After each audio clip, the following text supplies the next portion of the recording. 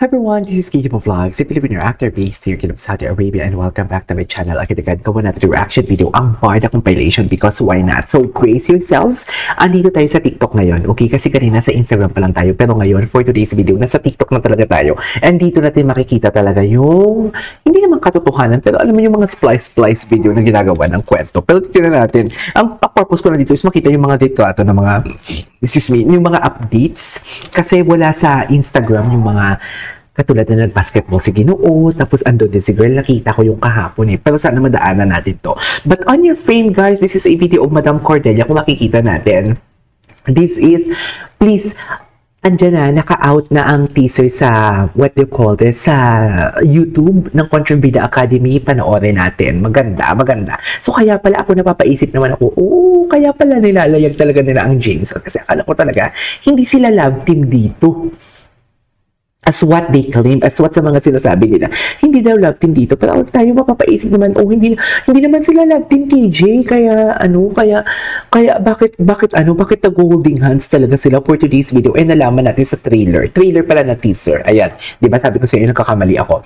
So sa trailer, makikita natin na hinalikan pa nga ni Jameson ang kamay ni Barbie for today's video, right? So without further ado, let's start this reaction video.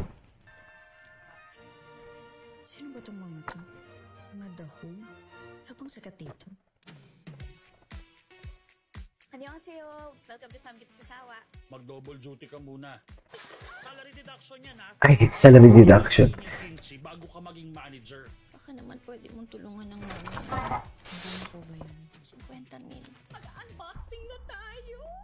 Ilan ba? Hindi mo na kita masusundo. Diyan kayo kakain pizza, abet? Samantalang ako sa parisan mo lang ako kayang pakainin? Yung pinagdadaanan sa trabaho, sa pamilya, sa love life mo, para kang time bomb. Hayaan mong ipakita ko sa iyo ang iyong full potential. Welcome to the Contrabida Academy. Bida Academy for today's video. Okay, panoorin natin kasi ang ganda ng musical sound score eh. Dear, ang ganda, di ba? Yung mga pang-asaw talaga, di ba? Ang ganda ng storya nito, in fairness. Okay. Like all other schools, we have a purposeful curriculum. Curriculum. Ano yung nagawa ko? Wala. Naniniwala ako sa'yo. Kapag natapos mo ang kursong ito, magiging maayos ang buhay mo sa labas. Pumalak pa kayo. We are going to be a team. Palagay mo ba, pang bida material ako, hindi pang kontrabida? Ikaw lang makakasukat niyan. Welcome to your Contrabida era. Walang bida kung walang kontrabida! Ay!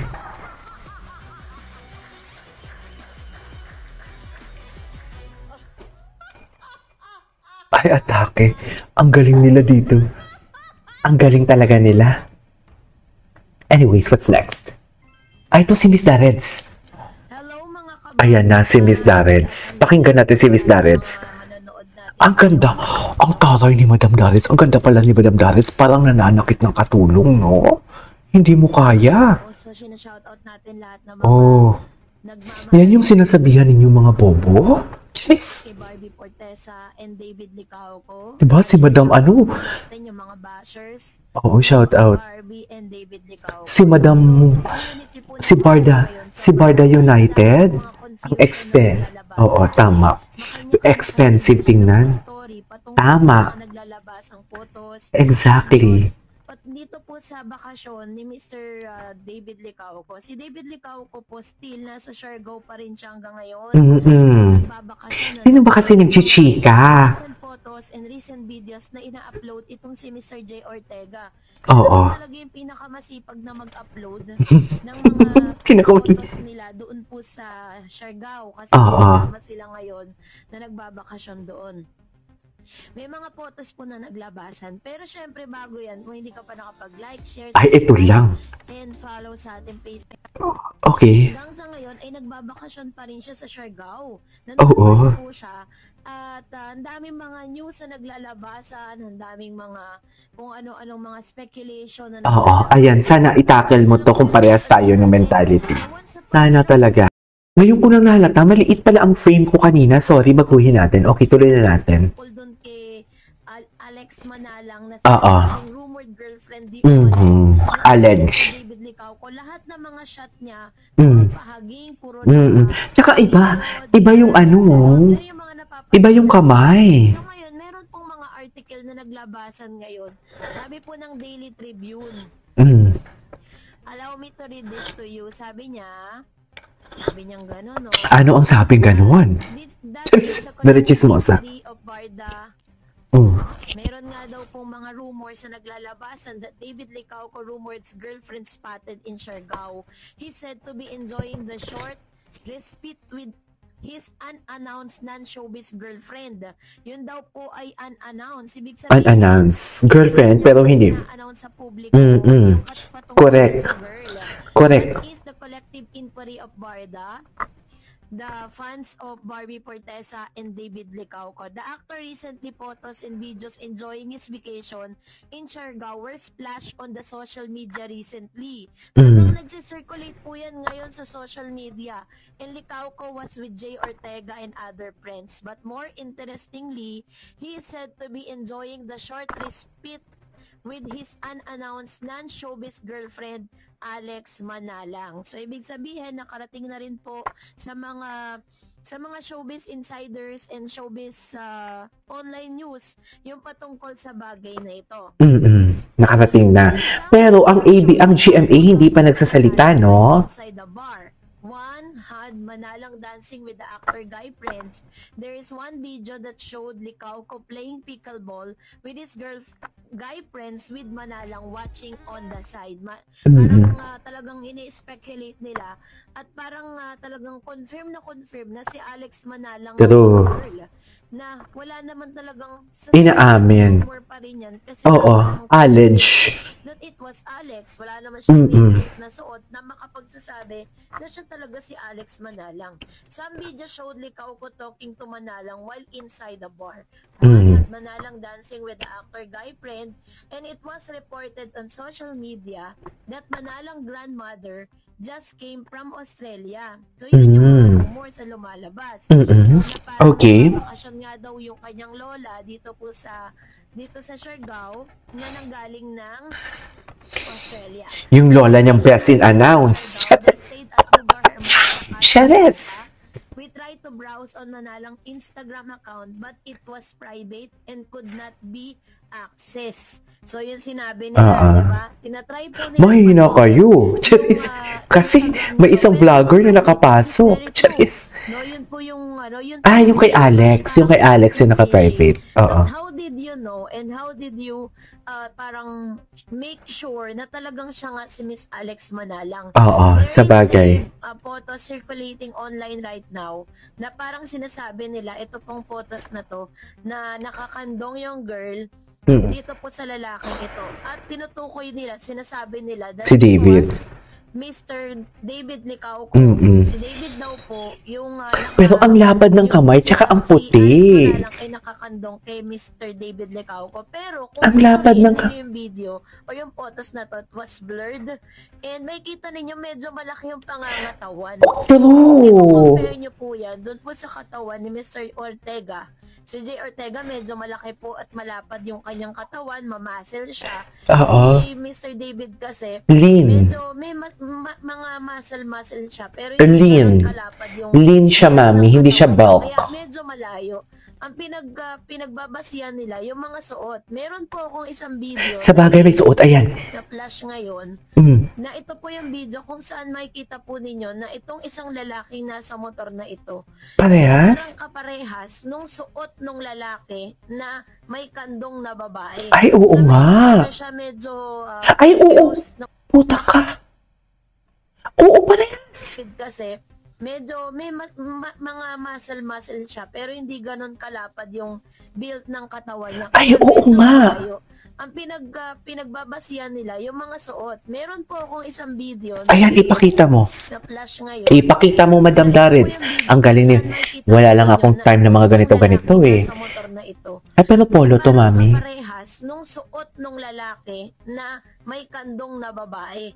So medyo Pero maitim to. Pero maputi yung lalaki. Isang lahat. Mm-mm. Sino ba talaga yung lalaki or sino ba yung na ikinandong yung babaeng ito na unknownly, no? Hindi pa natin kilala. Wala pang parang unknown pa yung kanyang pagkakakilanlan. Tanging yung mga tao lang naman talaga sa social media yung nagsasabing it was Alex Manalang, and I don't know where this name came from. Saan ba galing talaga yung name na Alexandra Manalang? Alexandra, Hindi ko oo. talaga alam at hindi ko rin po talaga mawari kung paano po sila nakapag-create ng pangalan na to and then saan siya nanggaling. Parang ang basihan lang nila dito na si Alex Manalang daw di umano ay pina-follow ni Mr. David Licauco, na possible din na kaya niya pina-follow dahil it was a girlfriend of his friend. Pwede din, 'di ba? Kasi bali, ang kung susuriin talaga natin, wala pa naman talagang confirmation that they are in a relationship, that Mr. David Licauco was in a relationship with Miss Alexander Manalang na yan, na hindi naman talaga confirm kung talagang siya yan, di ba? Pero ang dami na pong nag-speculate that it was David Licauco. Tsaka nagtuthrow ng hates. Hindi ko alam kung saan nila kinuha yung mga information na yan eh. Pero as of this moment, syempre, doon pa rin tayo magbabase kung i-announce kapag si David Licauco ay umamin na sa publiko that he was already hindi na po siya single, ganon, still magpapatuloy pa rin naman po ang barda. True, Diba? exactly. Pa rin naman po yung kanilang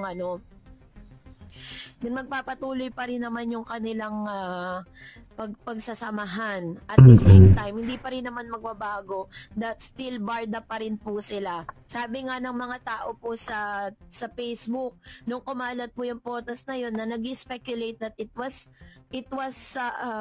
David Licauco and Alexandra Manalang. Sabi po ng mga barda fans, hanggat wala pang ikinakasal, still mananatili pa yung faith natin for barda. Diba? Tama naman eh. Diba? Not unless na talagang nandun na sila sa point ng buhay nila na nag-settle down. That's the time na hindi na natin pwedeng panghimasukan pa yung magiging desisyon ni Mr. David Licauco. Diba? So as of now, ang pinaka main goal lang natin dito is to support them at kung ano man yung kanilang magiging desisyon at the end of the day. Hindi naman natin pwedeng diktahan si David, hindi rin naman natin pwedeng diktahan si Miss Barbie Fortesa. So kaya stay panatag lang and Stay panatag. for barda. True, exactly the point. Salamat po sa inyong panonood and that's it for Ay, today. tapos For na? videos and updates. Pero in fairness, may point talaga. May point talaga. Pero yung tinuro niyang lalaki ni Miss Darrens, parang hindi yun eh. Kasi maitim din yun eh, yung tinuro niya yung kaparas ng damit. Pero ang damit is parehas. Pero hindi ako sure kung tissue o polo. Kasi ang suot ng lalaki is polo. Diba? Pero hindi kasi makikita ang kwelyo kasi nga nakatago. Pero ang kamay talaga, yung kamay talaga, sobrang lapad talaga. Na parang, yung actually kung makikita nyo, kung masasabi nyo, ito nang sinare sa akin ito ni Madam Inertia or ni Barda United, nasabi ko talaga na parang hindi naman si David yan kasi malapad. Pero the shorts, the slippers, and the cup are almost the same. Yun yung tanong dun eh. Pero hindi talaga. Doon talaga tayo mag-base sa katawan, hindi sa mga gamit eh. Kasi ang gamit pwede mag-share. Ang katawan hindi pwede mag-share. Right? So yeah, that is all for today's video. This is video. See you in my next vlog. Bye!